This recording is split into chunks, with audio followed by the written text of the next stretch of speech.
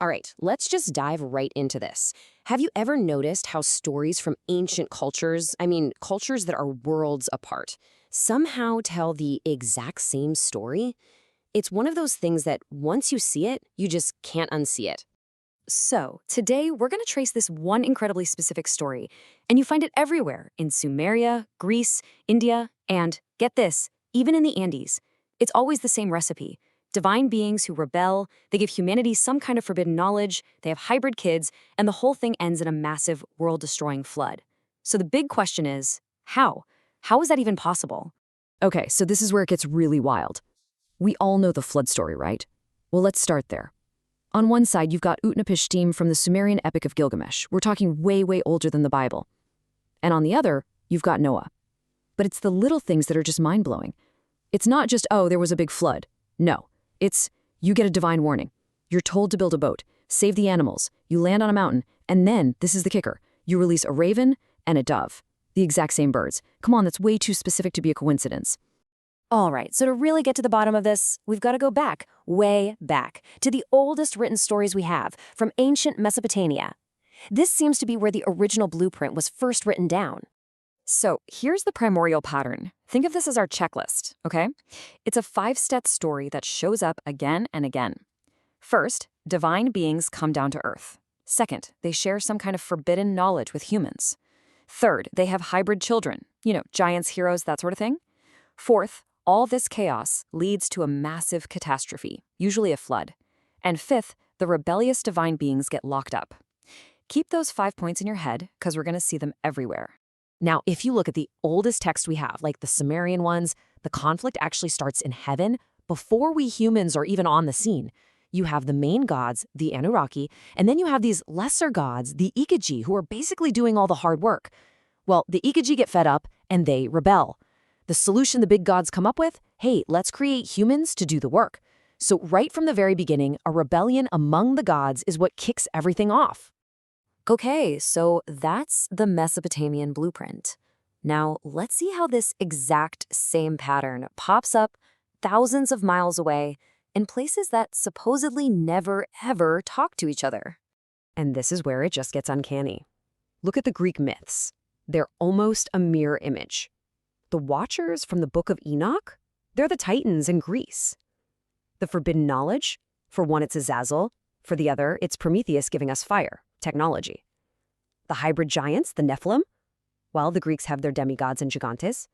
The Great Flood? Yep, they have one too, Deucalion's flood. But the last one is the real shocker. Where do they imprison the rebels? In a pit called Tartarus. Both stories use the exact same name for the prison. How do you explain that?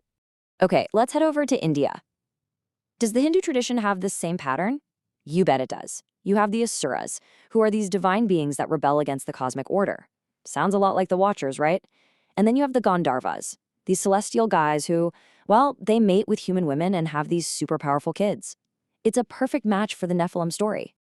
And what's so fascinating is that both traditions remember this forbidden knowledge as a double-edged sword. It's never just good or bad. In the Hindu story, when they churn the cosmic ocean, they get the nectar of immortality, but they also get a deadly poison. In the Enoch story, learning metallurgy gives you useful tools, but also deadly weapons. Cosmetics give you beauty, but also vanity. See the pattern? The gift and the curse always come from the same source. So the pattern holds up across Europe and Asia. But now we get to the really impossible part, the part that just breaks all the normal explanations. I mean, think about it. You could argue that all these old world stories just spread from one culture to another over thousands of years, right? It's possible. But what happens when the exact same pattern shows up on a continent that had zero contact with any of them? Let's talk about South America. Unbelievably, the entire pattern is right there, perfectly preserved. In the Andes, the creator god Viracocha first creates a race of giants. What happens to them? They become corrupt and get wiped out by a great flood. Then a new, smaller human race is created. And yep, their stories also talk about sacred beings, the Wakas, who would sometimes have kids with humans, and those kids had special powers. It ticks every single box on our checklist. And this is the mic drop moment. The number of documented contacts between the ancient Near East and the Andes before Columbus? It's 0. A big fat zero. No one was sailing from Sumeria to Peru. So that whole idea of stories spreading from one culture to another, it completely falls apart right here. South America is like the ultimate control group in our experiment, and it's telling the same story. Okay, so with this global pattern in mind, let's look at how the Abrahamic faiths, Judaism and Islam, handled this ancient story, because they each put their own unique spin on it. And this is what's so unique about the Jewish interpretation. The Greeks saw it as a war, the Sumerians saw it as a labor dispute, but the Hebrew tradition, especially in texts like the Book of Enoch, frames it as a cosmic court case. There was a crime, a formal legal process, a defendant, a sentence was handed down, and the guilty were imprisoned. It's a completely legal framework. And you have to realize, this wasn't some weird fringe idea. The Book of Enoch was a huge deal in Jewish thought for hundreds of years. I mean, when they found the Dead Sea Scrolls, they found more copies of Enoch than some of the books that are actually in the Old Testament today. This was mainstream thinking. So what about Islam? Well, the Quran has the core elements of the story. Yep, angels come down and teach forbidden knowledge. But it reframes the whole thing. In Enoch's view, it's a flat-out rebellion against God. In the Quran's view, it's a trial, a test for humanity that God himself allowed to happen. You see this really clearly in the story of two angels, Harut and Marut. They come down to Babylon and they teach people magic. But, and this is the key part, they explicitly warn everyone, look, we are just a test for you, so don't lose your faith. From the Islamic perspective, everything happens for a reason, under God's control. So this event wasn't a rebellion that got out of hand. It was a divine test with a purpose.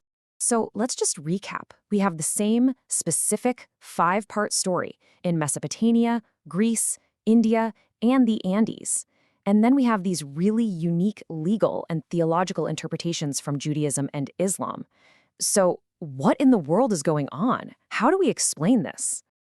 Well, you're really left with 3 possibilities. Number 1, cultural diffusion. The idea that stories just spread. That works okay for Europe and Asia, but it hits a total brick wall in the Americas. So that's out. Number 2, the collective unconscious. Carl Jung's idea that we all have these universal symbols in our minds. But that doesn't really explain super specific details, like the raven and the dove. Archetypes are usually much more general. So that leaves us with option number 3, which is a little more radical. What if all of these cultures are just remembering something that actually happened? A real event from a shared ancient past? And that's really the question that all these ancient stories leave us with. Because if you look at every single version, they all agree on one thing. The rebels were judged and imprisoned, but they're also waiting for some kind of final judgment. So if these stories aren't just myths, if they're a kind of fragmented memory of our own history, then you have to ask a pretty chilling question. What happens when their sentence is up?